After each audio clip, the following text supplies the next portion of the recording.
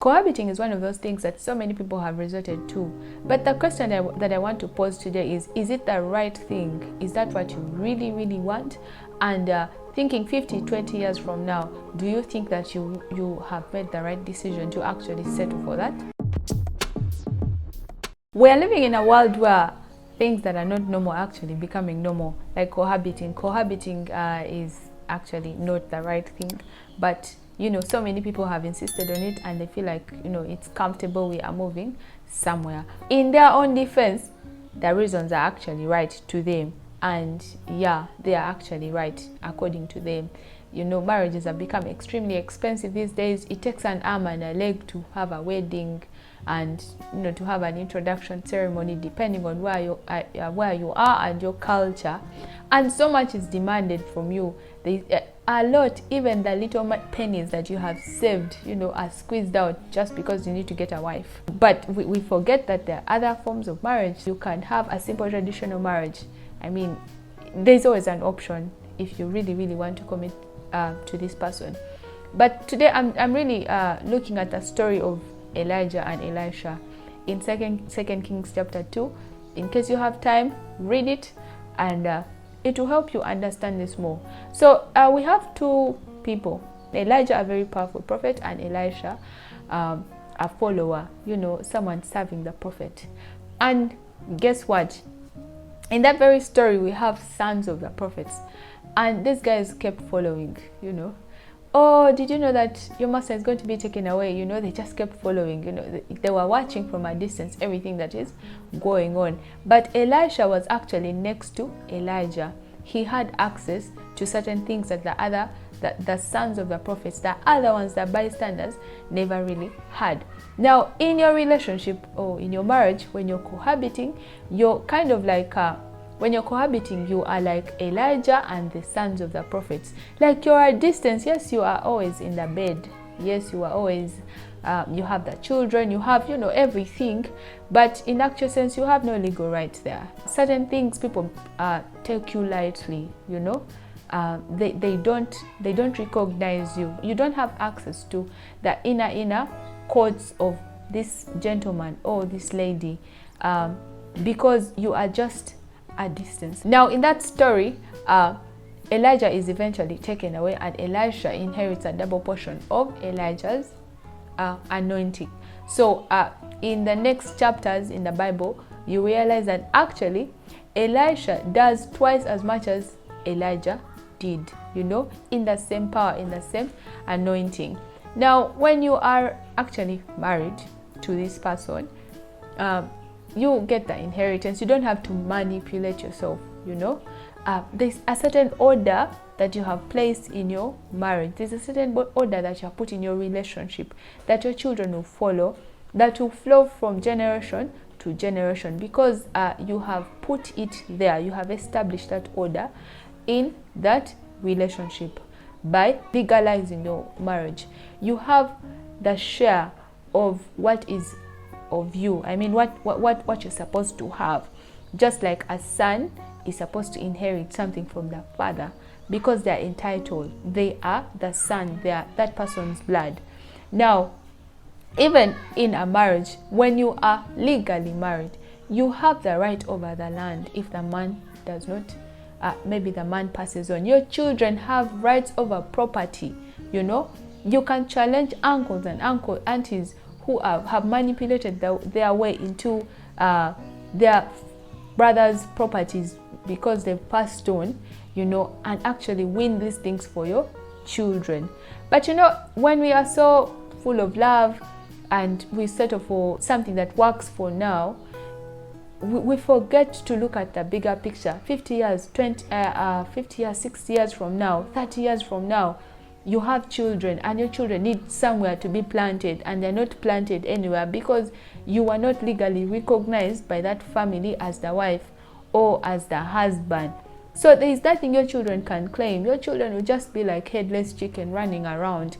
And if you have a man who is not really true to his word, because really you're just relying on his word of I will never leave you, I'll never forsake you, there's nothing really binding you together, then he has the right to actually force you and transfer everything to someone else.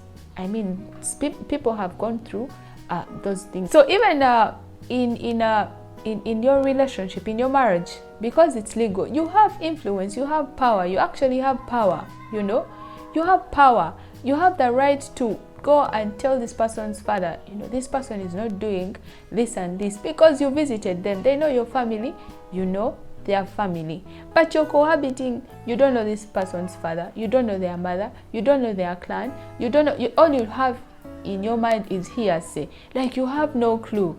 You know, the sisters see you, the brothers see you, but they've not really recognized you. So what happens when hell breaks loose in your home? You know, the man is acting up in a certain way and you can't control him. The woman has, you know, completely changed and you can't control her, you can't tame her. Who do you actually go to? Who do you hold accountable for this person? You know, that's why it's good to make things known. You do things in secret and say we love each other, you know, but this world is not really, it's not only about love. You have to be, you know, sober. Your mind has to be sober, because as you keep progressing in life, things happen to us, distractions come our way, you know. Every family has had issues, every marriage has had issues, but the way you handle them, the way this marriage was, the foundation of this marriage is actually going to dictate how it's going to thrive. That's why it is very tall, long. Those buildings have very deep foundations so that they don't collapse. When there is a shaking, the foundation is really strong. Now, you knowing those people in your husband's life or your wife's life, your wife's life, is going to, you know, hold your foundation together, because you have someone to actually run to. And when you go to them, it's not like you're going as someone who is rumor mongering or something. You go as a wife, you know.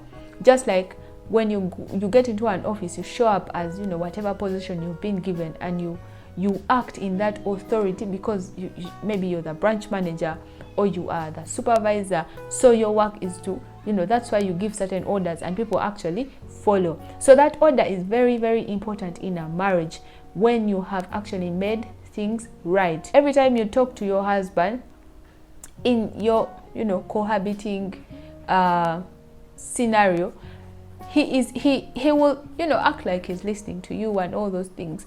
But later on, really, he can change his mind and say, I think I should settle with this other girl, you know, like he has not been settling with you for the past 5 or 10 years. Don't waste your life away. If you should know that you are of value. Your parents probably put in a lot of effort to bring you up. Not probably, but they actually did, you know. And you have also invested something into your life, even when you feel like you don't have the big job and all those big properties.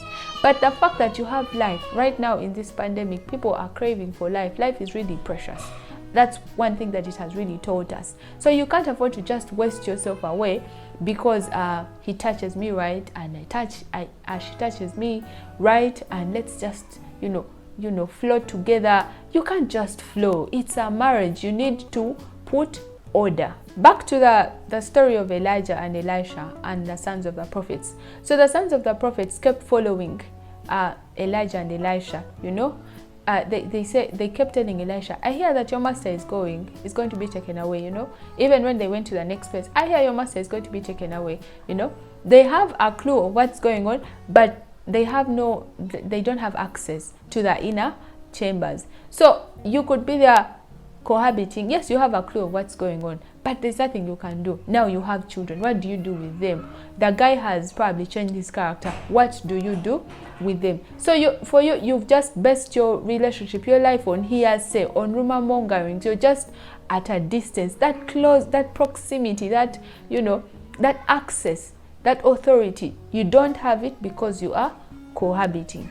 Sit down and have this conversation and ask your partner, I think that it is time for us to actually step it up and go ahead and make this work. You can go before a judge and say your vows and not have a party, and it's legal. So that things are in place. It's really a very bad scenario at the end of the day, when you actually have children and one person has passed away and you have nothing to do, like you're just stuck, everything crumbles down because you didn't make things right. Just imagine someone who passes on without a will. You know, the chaos that actually takes place. People's character actually comes out when it comes to when it's time for property to be shared or something like that. To avoid that that pain, you know, you could be able to sustain yourself, but what about your children, you know? And some of these properties, some of these businesses, you built them together. So be very careful of the paperwork, you know. The paperwork, make sure that the papers are clear. You guys are married, you're together, you're building something together. You have a right over A, B, C, D, you know, and it's really, really clear. Well, that's what I had for you today. In case you have not yet subscribed, don't forget to subscribe. Let me know how this video has helped you, and see you in the next video. Have a good day.